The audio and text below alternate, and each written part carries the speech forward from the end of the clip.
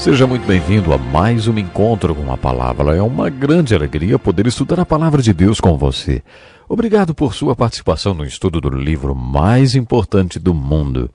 No último programa iniciamos o estudo da carta de Paulo a Filemon e hoje faremos a conclusão. Esta carta nos mostra sim que Jesus transforma as pessoas e os seus relacionamentos. Aprendemos no último programa que Filemon era um senhor de escravos rico e que tinha aceitado Jesus através de Paulo. Um dos seus valiosos escravos tinha fugido depois de roubá-lo. O nome desse escravo era Onésimo, que tinha ido parar na prisão de Roma junto com Paulo. Na prisão, Paulo o levou a Cristo.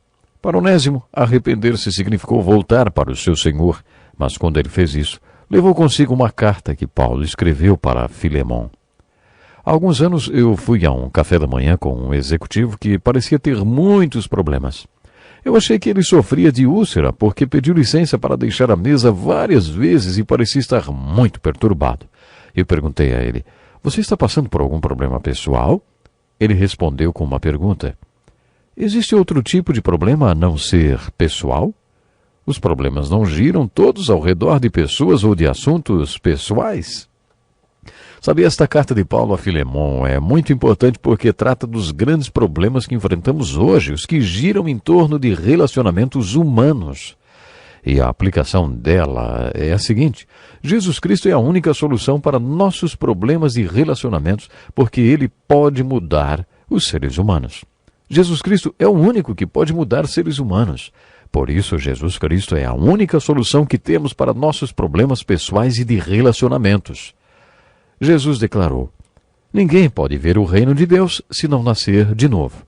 O que nasce da carne é carne, mas o que nasce do Espírito é Espírito. Quando a Bíblia usa a palavra carne, quer dizer natureza humana que não foi tratada por Deus. A carne só pode gerar carne até que haja o renascimento espiritual. Jesus Cristo e o novo nascimento que Ele nos proveu são a única solução para os seres humanos e a única solução para os relacionamentos dos seres humanos. Esta é a importante implicação e aplicação da carta de Paulo a Filemon. Mas, lendo esta carta, você encontrará outras aplicações.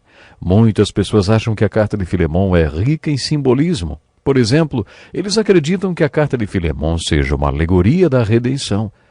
Você se lembra qual é o conceito de redenção? Aprendemos sobre este conceito quando estudamos o Velho Testamento, mais especificamente os livros da lei e o de Ruth. Redimir alguma coisa significa comprar e trazê-la de volta. Você já perdeu alguma coisa e depois a recuperou? Quando você encontra o que estava perdido, percebe que aquilo adquire um outro valor, porque estava perdido e você reencontrou. É isto que a carta de Paulo a Filemon sugere. Talvez ele tenha sido separado de você por algum tempo, para que você o tivesse de volta para sempre. Para muitos, esta é uma figura muito bonita de redenção, porque é isso que acontece com toda a raça humana. Deus nos perdeu por um pouco de tempo para depois nos trazer de volta através do sacrifício de Cristo na cruz. O sangue de Jesus Cristo na cruz foi o preço pago para que Deus pudesse nos comprar e nos trazer de volta para si próprio. A Bíblia denomina isto de redenção. Essa história de Filemon e Onésimo também ilustra o que acontece com os filhos. Frequentemente nós, pais, perdemos nossos filhos por um tempo. Quando um adolescente está crescendo, ele passa por um período de caminhos muito perigosos. A Bíblia diz que devemos ensiná-los para quando amadurecerem, não saírem do caminho no qual foram ensinados. Mas a Bíblia não diz que eles não tomarão rumos perigosos antes de finalmente decidirem como vão viver as próprias vidas. Podemos ensinar nossos filhos, mas quando eles acabam o segundo grau ou atingem a idade de 18 anos, 19 ou 20, só aí veremos o quanto eles realmente aprenderam e devemos deixar que eles partam. Uma vez uma de nossas filhas decidiu morar fora de casa. Felizmente estávamos com visitas em casa, um professor de faculdade que tinha trabalhado com estudantes durante vários anos. Ele nos deu um conselho muito bom que vou compartilhar com vocês agora. Ele disse, se eu fosse vocês, deixaria ela ir. Provavelmente ela vai seguir o sistema de valores que aprendeu com vocês.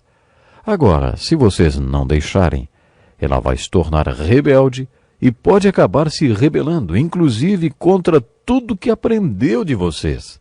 Por isso, aconselho que vocês a deixem ir, se ela quer ir. Foi o que fizemos. Antes de completar 3 meses fora de casa, ela voltou porque tinha descoberto que o mundo é um lugar difícil para se viver. Ela aprendeu que é muito difícil sobreviver lá fora, principalmente se você está tentando estudar e arrumar seu lugar ao sol. Ela voltou pronta para viver dentro do esquema da nossa casa. Neste processo de instruir os filhos no caminho que eles devem seguir, às vezes temos que soltá-los um pouco até que nossa fé se torne a deles também, para que eles, assim como Onésimo, busquem a fé e retornem para os pais. Quando eles passam a ter a própria fé e as próprias experiências, e não mais a sua fé e experiência, você os ganha para toda a vida. É assim que vemos ilustrado o conceito de redenção nesta carta de Paulo a Filemão. O apóstolo Paulo disse a Filemão: se ele o prejudicou em algo, ou lhe deve alguma coisa, ponha na minha conta, eu o pagarei. Para alguns temos aqui uma figura do que Cristo fez por nós. Quando Jesus morreu na cruz pelos nossos pecados, ele pagou toda a nossa dívida. O versículo 21 de 2 Coríntios capítulo 5 diz: Deus tornou pecado por nós aquele que não tinha pecado, para que nele, Jesus, nos tornássemos justiça de Deus. Foi isso que Isaías quis dizer. O castigo que nos trouxe paz estava sobre ele, e pelas suas feridas fomos curados. E o Senhor fez cair sobre ele a iniquidade de todos nós. Textos como este estão nos dizendo que, quando Jesus Cristo morreu na cruz, ele disse em relação ao meu, ao seu e ao pecado de todo mundo: não importa o quanto eles devam, eu pago a conta. Como você pode perceber, a carta de Paulo a Filemão é cheia de aplicações. Algumas pessoas ainda argumentam que esta carta também ilustra a santificação, porque Paulo escreve a Filemão que antes de Onésimo fugir e se converter na prisão, ele não podia honrar o próprio nome. O nome dele era Onésimo, útil. Só que ele não honrava este nome.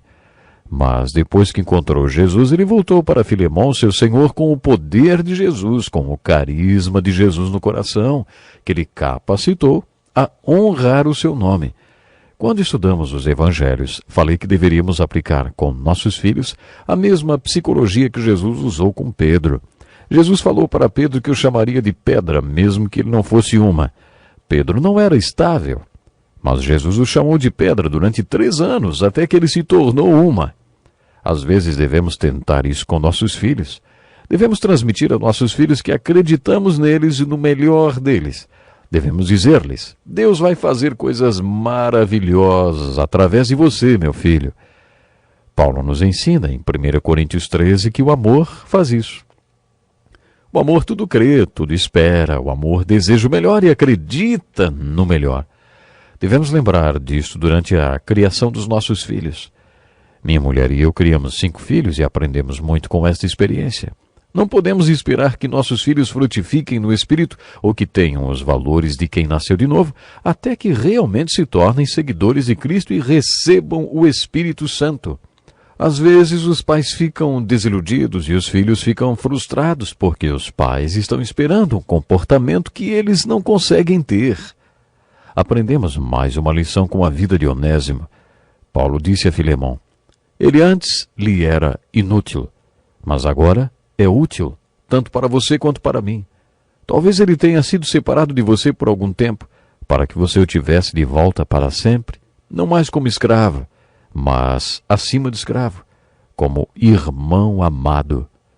A Bíblia chama isso de santificação. Santificação tem a ver com a maneira como você vai viver, através da graça de Deus, como um nascido de novo, um seguidor de Cristo. Antes de terminar, gostaria de compartilhar mais um pensamento sobre o livro de Filemão. Se ele o prejudicou em algo ou lhe deve alguma coisa, ponha na minha conta. E a seguir ele acrescenta: para não dizer que você me deve a própria vida. A própria vida. Esse termo própria dá a ideia de única. A única vida dele que o faz distinto de todas as outras pessoas. Deus decidiu que você iria existir e deu a você esta vida. Esta sua vida é única, diferente de qualquer outra que já existiu. A individualidade e o fato de ser única a fazem diferente de qualquer outra.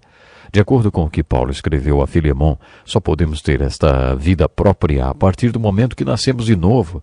Como Filemon era nascido de novo, Paulo pôde dizer que ele tinha a própria vida. Caso contrário, ele não poderia se tornar uma pessoa íntegra e inteira. E por isso Paulo diz, você me deve a própria vida. Ele não teria a vida própria e distinta de todas as outras se não tivesse nascido de novo. Como Paulo foi o agente do seu nascimento, Filemon lhe devia a própria vida. A expressão própria vida tem algo a nos ensinar.